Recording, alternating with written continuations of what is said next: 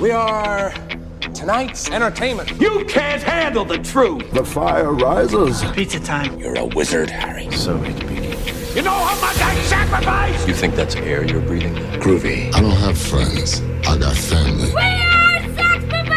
1, 2, 3, 4! Craft Services. Hey, Trent. Hi, Parth. Good to see you. You too. I just You're looking saw well. you. Yeah, I know. This is another one of our. What was the last? I don't remember the last time we did this, but we did this a few months ago, where we finished an interview and immediately had to record an intro for it because it was our episode for the week.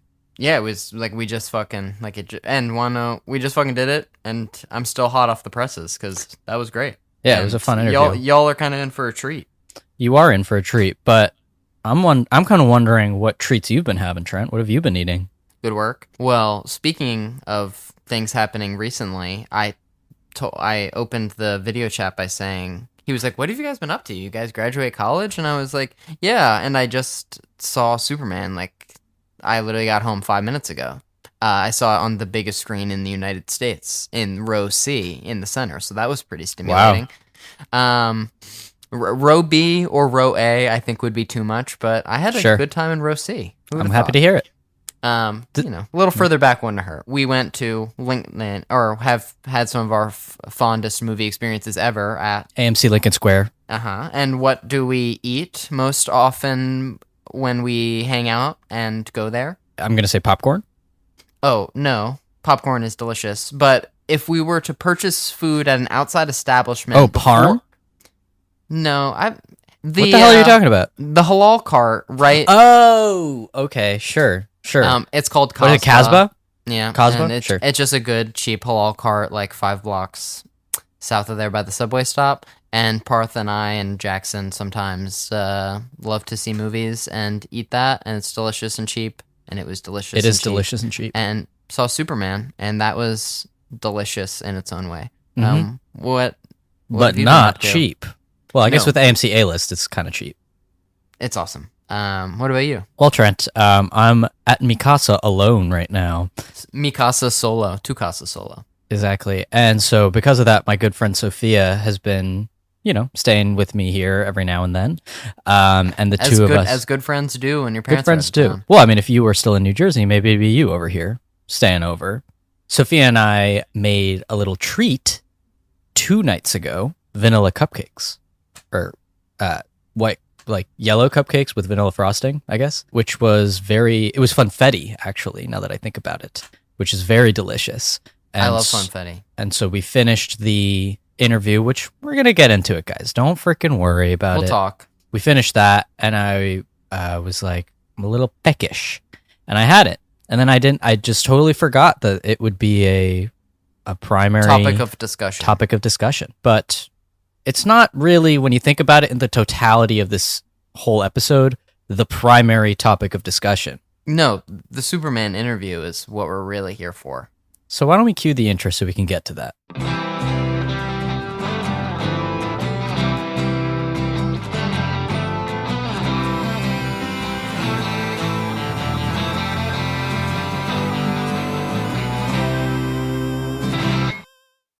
Welcome back to Craft Services, where we talk about the movies. Each week we talk about a film and hopefully have a crew member of that film where we talk about their experience working on the picture. This week we had returning guest William Hoy, this is just off the dome, Parth. He's we interviewed him for The Batman, we've got Watchmen, some Apes movies, and now... Yeah, Superman. 300. Yeah, 300. Yeah, we joked Sucker Punch, some cool stuff. We joked he's edited 2/3 of the Justice League, only missing Wonder Woman. And then we joked with him right after the interview ended and said that. And he said, "Well, it's funny you say that. They offered me Wonder Woman, but I was doing Apes. Yeah. So he could have done the hat trick. Yeah, but these two are awesome. And your Craft Services coaster set is in the mail. It's in the mail. For those that are uninitiated, any returning guest receives a coaster set for their services rendered. Come back a third time, it's the bathrobe. Yeah. And we informed returning guest William Hoy at the end of this interview that his movie, The Batman, has brought our friendship to some of its highest heights and its Lowest lows. Lowest lows, yeah. But Batman is someone everyone likes. Superman, people have called boring. People have had issues with, but this movie's doing pretty well, and that brings me great joy because I'm a Superman fan. I've been waiting for a Superman movie to come out, do him some justice, and it seems like people are really liking him again, and that makes me happy, as does this interview. Shall we cue it? Yeah, we shall. All right, here's William Hoy.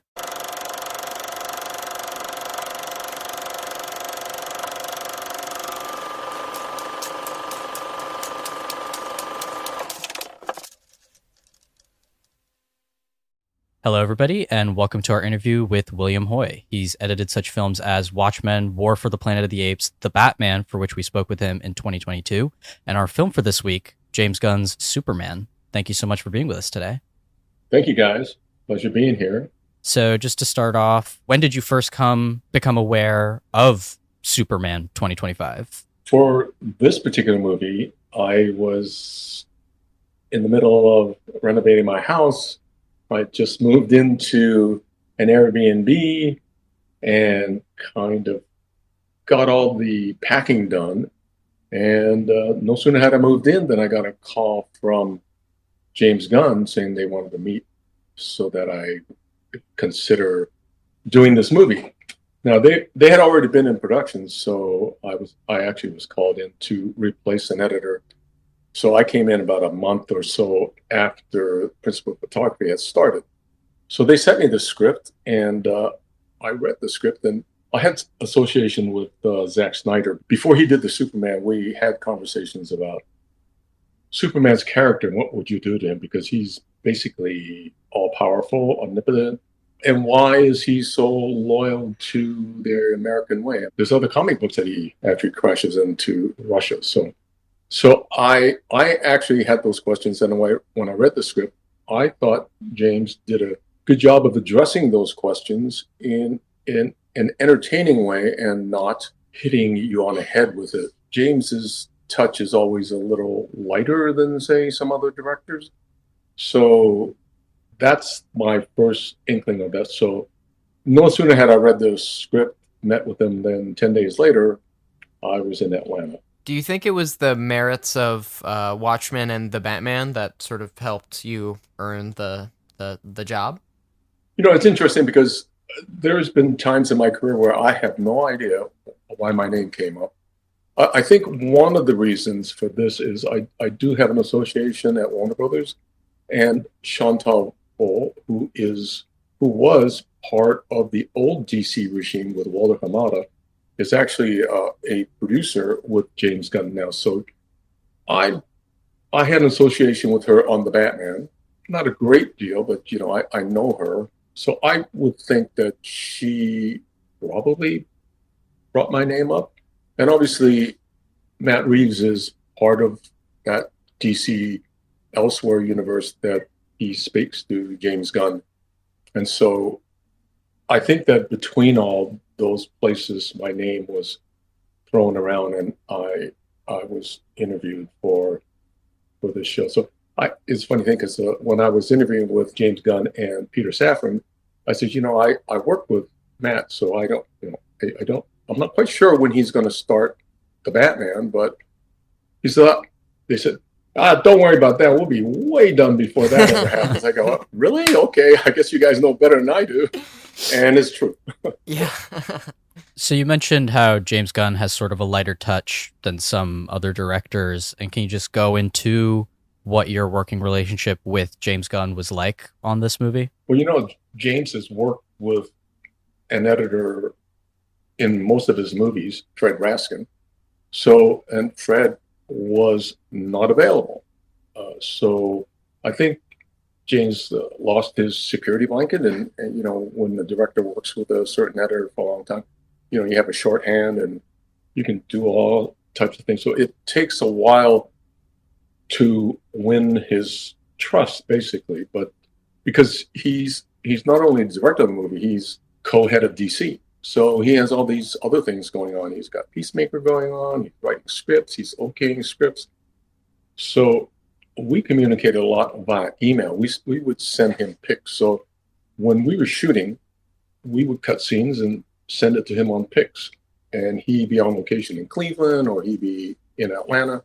And he was very diligent about giving us notes the next day. So I don't know when that man sleeps, but he would actually look at the cuts, send us notes, and so we would revise those particular cuts, and at the same time try to cut new scenes. So it was a bit of a slog, but ultimately, once we got into editor's cut, the cut was a lot closer because of that, because we did all those changes, and there were certain scenes that were quite refined in that sense. So, later when he came back to LA and he came into the cutting room, it just felt more natural that he's very collaborative. He's open to ideas.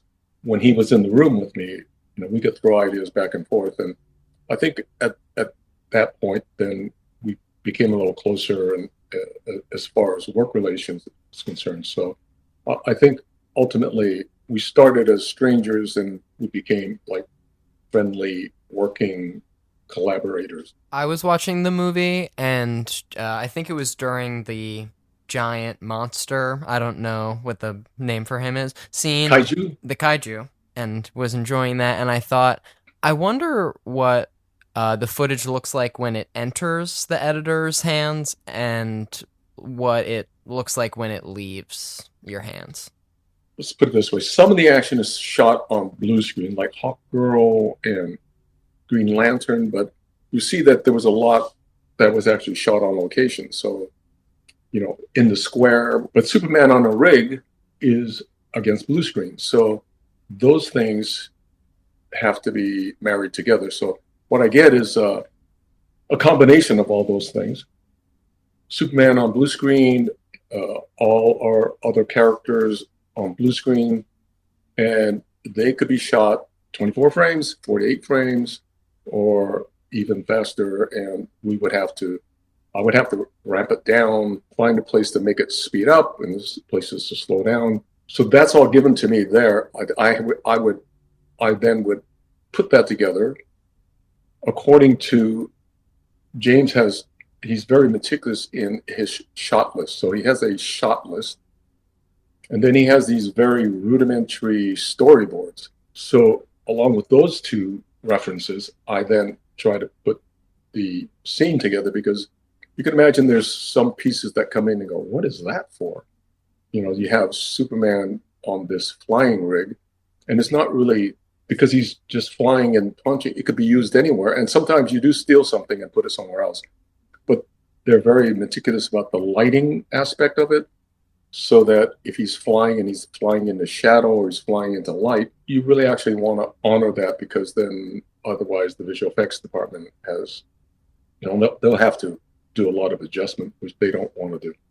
But ultimately, so I'll put the scene together in its very rough form, and I'll begin to, quote, turn the scene over to the visual effects department.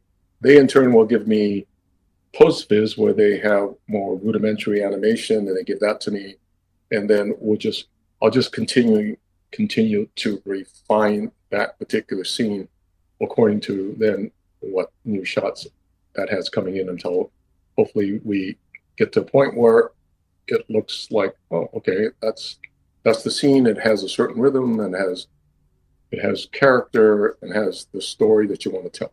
And then by the time you say export it, how many additional stages are there after that, once you're I'm done? There will be some adjustments, because a lot of times you're not sure what the impact looks like. Is he flying through clouds and he disappears into the sky? How long does it take him to come back down? So those things are my best guess estimate. So I give that to the visual effects department. And so once it starts coming back, they might give me an adjusted length, or it comes back and I look at it, go, well, that's not long enough, or maybe that's too long. So once I get a better idea what intended ultimately where the character is going to be in the shot, then I can adjust that shot further. But even up until the very end, it's like if the tail is smashing the car, well, there's going to be frame adjustments because there's some action match in that, and there's the squirrel, and when the Superman come in, so we'll dictate that because it's all CG. So how soon does he come in? How fast does he come in? What does it look like? Do we just see a blur? So there's a lot of things that can be adjusted later, but once the action and the length of the shot is pretty much locked in, you don't want to change it too much because then that's an added expense. Going into your workflow a little bit, when we talked for the Batman, that was, sort of overlapping with COVID times, and you'd spoken about how Warner Brothers installed a firewall into your house so that you could edit at home. Did any of that workflow stay?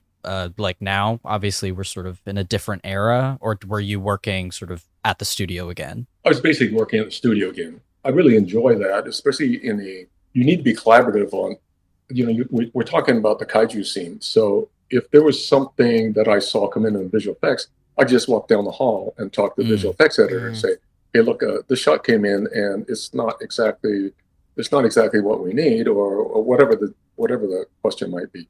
The camaraderie that is formed with the crew, that was totally missing on the Batman. It's like I barely knew the rest of the crew. You had to walk in one person in the room at a time. So, and also one of the biggest things we missed was all sitting together and watching visual effects together with the director and just scrutinizing visual effects that would come in on the big screen. So those kind of things were missing. I mean, in an ideal world, if I could swing it, I would work one day from home, cut the commute down on the crazy days, because there's some days that's purely editing anyways. So that's fine. There's days when I'm working, I never see my assistants anyways. So I'm in there and I say, hey, good morning, or good night. And that's about it. So I don't think if I said, no, I have to work from home on these days, I don't know if they would have said no, but it wouldn't have been like before the Batman, because I think that, I think there's other things that came from it because, we communicate a lot with Clearview. We communicate a lot with different departments. And like I said, James was in other places when we would send him pics. So those things are a bit of an offshoot from COVID anyways. This will be the last time we reference The Batman, a movie we absolutely adore here. But between Batman and Watchmen, is there any sort of a lesson learned that you in part applied to your work on Superman in any big or small way? In the ideal world, like Watchmen, I had a chance to read the graphic novel and go through it and actually try to understand exactly what the meaning is and try to honor Alan Moore's vision, even though he disavows it. But but in that sense, he disavows everything. So it's okay. I think you're right. As far as Watchmen's concerned, I had an opportunity to do a lot of research now. In the Batman, that is Matt Reeves' world, so that's his script. So, but he did base it on Batman Year One and the Long Halloween, basically those two. But also, before we began, he would talk to me about what movies he's watching, what's referencing, what he would like to reference in certain movies. And Matt Reeves has his own style of shooting as far as Zack Snyder, who did Watchmen. So those two movies are quite separate in the way of doing homework and then seeing the footage come in and then honoring the idea of the source material and also the director, his vision of it, because Matt Reeves, the way he shoots is very classical in a sense. It's not like he doesn't move the camera, but over shoulders match and close-ups match, and obviously he will break that rule for impact or for story, whatever. But it's those ideas that I try to honor. I mean, it's like we go way back to 300. Zach shot all these super high-speed shots and go, so what am I supposed to do with this, really? So my idea was to see the Frank Miller frames. It's like the King Leonidas is going up the cliffs to see the E-Force. There's a frame in 300 from Frank Miller that he's holding on like this and there's rocks falling. Well, there's a frame that's actually duplicated in that one when Jared Butler is crawling up the cliff, and it happens at that moment. So I took it in, it's going regular speed, and I just kind of froze it for a sec and then allowed him to continue. So in your mind, so, oh, that's the reference frame to that. So those are the kind of things I try to reference if it's a graphic novel. But the Batman is, I read those the graphic novels that came before it that Matt was talking that he was referencing, but I didn't reference it pictorially. I was more honoring the way Matt Reeves actually shot it. And did you find any of that make its way onto Superman specifically, or No. no? Sure, fair enough. Well, because I think that the Superman, I know that James referenced one of the Superman comic books. I can't, Superman All-Star? Right, Superman All-Star. So I didn't have time to read it and do any kind of research, but I think with James's moving camera and all that, I didn't think that there was a place to do that. His style and the way Henry, his DP, shot it is just constantly moving and things are moving and so that's kind of, you honor that movement when your director gives you that footage. You try to force something in there that's not there. So, I mean, this might be somewhat of a redundant question then, but obviously this is the most recent in a long line of Superman, media. Were you at all insulating yourself from that or looking at that just to like immerse yourself? Was there any of that, or was it just like, I'm on the movie, it's time to go? I think the latter. I mean, Sure. I came on, I didn't have a lot of prep time, and I'm actually glad I didn't have a lot of prep time because the Superman is different than a lot of the Supermans out there. He's more vulnerable. I don't see that in the other Supermans. So that's when I first read the script. Superman's bleeding. Oh God, what's going on here? So there's a whole mystery that starts off this movie, and so I was kind of intrigued about how James wrote it and what this particular Superman is compared to the other one. I certainly am aware of the Christopher Reeves one. I've seen those, and also Zach's. So, and even Bryan Singer. So I've seen those Supermen, and I just felt like I would just judge this on its own. So I'm happy to say that it's been embraced by audience and critics, but you never know when you're working on a movie. The visual effects supervisor, what do you think? How do you think this movie's going to do? I said, I think it's going to be good. I said, we have a secret weapon. We have crypto. Yeah, everyone loves crypto. Yeah, but so in answer to your question, though, no, I didn't.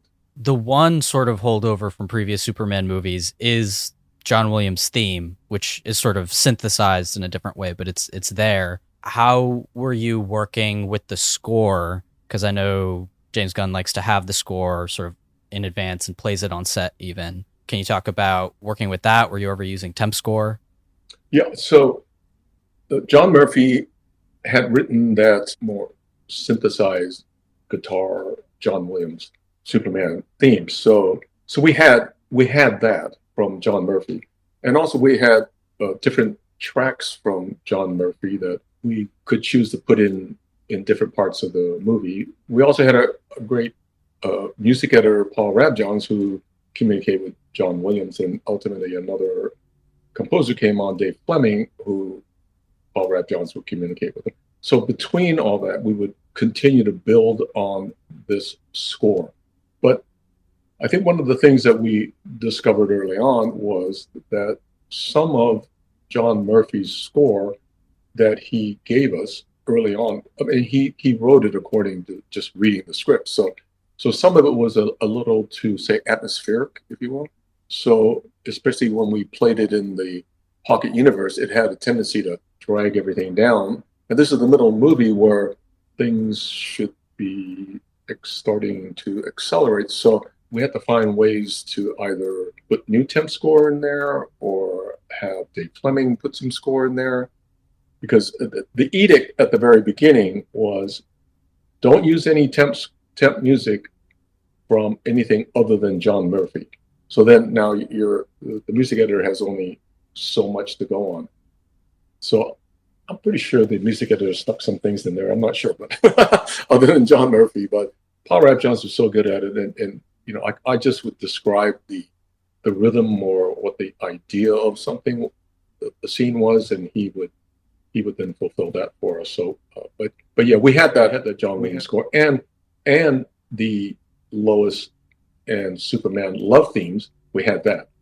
So those big moments we had. So talking about like acceleration, like you just mentioned, like this is my first Superman movie ever, and I was laughing the whole way through. That's And great. maybe that's James Gunn part of it, but just talking about like the rising and falling of like tension and energy and laughs. Can you talk about the editing in that regard? The movie actually is fairly close in continuity to how it was laid out in the script, except for the third act, and that took some juggling. But in the beginning, Superman falls to Earth, and we go in, and he goes sunbath, and all the way through to the interview, to the Daily Planet, and all of that beginning, even into the Pocket Universe.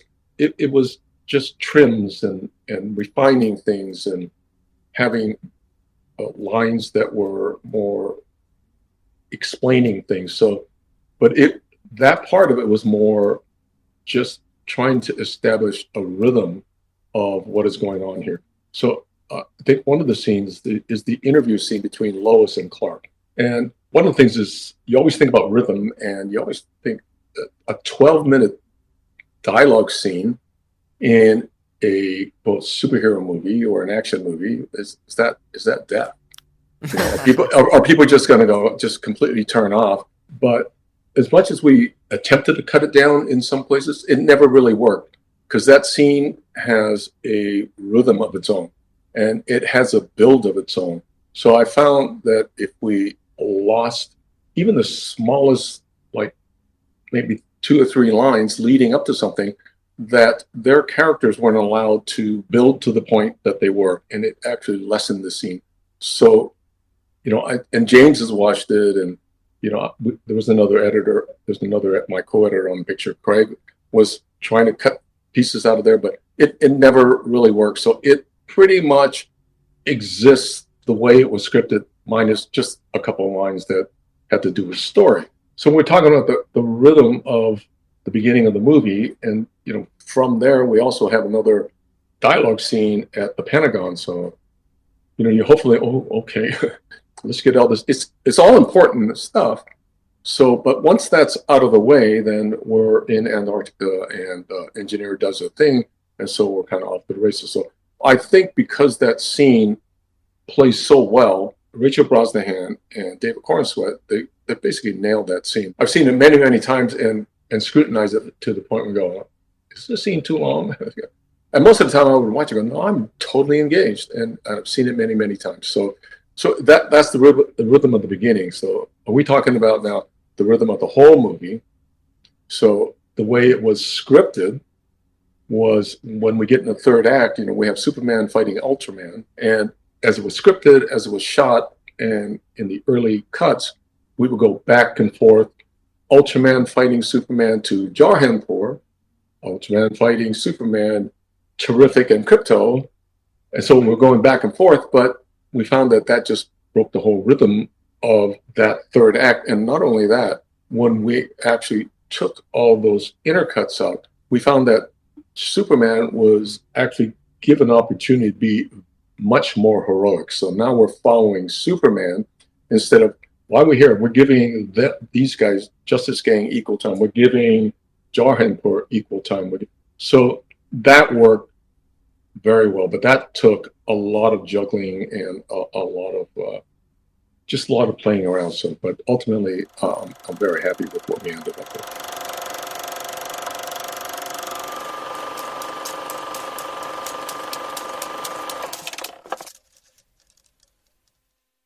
Whoa, Trent. Hey, Parth. So, Lex Luthor. Okay, let's go. I love to hate the guy. Yes, he's full of envy. Watching Crypto shake him around at the end, That's fun. That did him right. But speaking of or do you have a thing to say about Lex Luthor? I do. I brought us in with Lex Luthor, Nicholas Hoult for a reason. Okay. Great. Just I told Parth To remind you, which is what I was about to do, but Oh, okay. So let's do and cue it. I told Parth to remind me to tell this adjacent story quickly. My first date ever was a double date. I was age 12. Was to go see Warm Bodies starring Nicholas Hoult, and that's not the exciting part. As exciting as a first date can be. But, the big pressure at the time, you weren't even up to kissing yet. It was, will you or won't you put your arm around them? And so a few minutes into the movie, we're sitting next to each other, and I go for the big move. I put my arm around her. 10, 15 minutes pass, and it's not like there's anywhere to go with it, any progression or movement. And so my arm starts to fall asleep. And then I think in my early self-conscious brain, if I move this arm, it is an expression of complete and total disinterest. Sure. I'll be dead in the water. So I left that puppy there for the entire runtime as my arm became like less and less a part of my being. And by the end, I've like never felt this way. But like credits roll, I grab my arm, swing it over her, go to the bathroom, and like knock it against the wall a bunch of times to sort of get some blood flow back.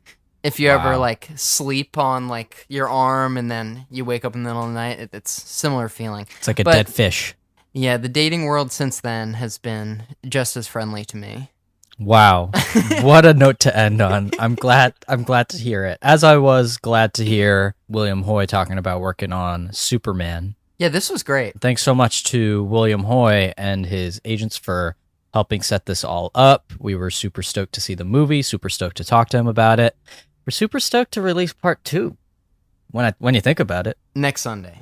Every Sunday, 5 a.m. That's when our episodes release. So you can either go to bed at like 10 p.m. on Saturday night and wake up 4:30, get breakfast, be ready for the 5 a.m. Or, second option, just stay up all night. Yeah. And then you're ready. Instagram. Twitter. Those are 2 we got. Write positive reviews about us, about Parth and I. Name drop. I'm Team Parth. Hashtag Team Parth, hashtag Team Trent. Hashtag I love Parth. Hashtag I hate Trent.